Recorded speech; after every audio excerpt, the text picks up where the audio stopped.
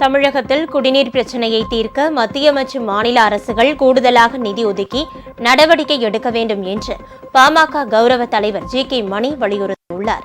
ஓசூரில் செய்தியாளர்களை சந்தித்து அவர் இன்னும் 2 மாதங்களில் கடுமையான வறட்சி நிலவி குடிநீர் பிரச்சினை ஏற்படும் என்றார். ஒகேனக்கல் கூட்டு குடிநீர் 2 கட்ட திட்டத்தை விரைந்து முடிக்க வேண்டும் என்றும் கோரிக்கை விடுத்தார்.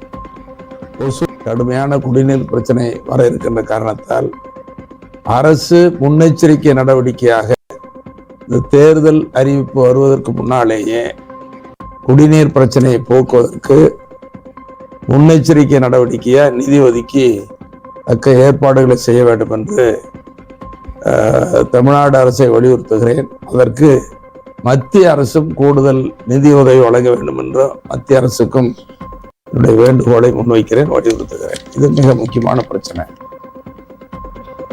உங்கள் ராஜ் நியூஸ் தொலைக்காட்சியில் திங்கள் முதல் வெள்ளி வரை தினந்தோறும் பிற்பகல் 2 மணிக்கு உங்கள் பகுதியில் உள்ள குறைகளை நேரலையில் தெரிவிக்கும் புகார் பெட்டி நிகழ்ச்சி. பங்கு பெறுங்கள், பயனடையுங்கள், காணத் தவறாதீர்கள்.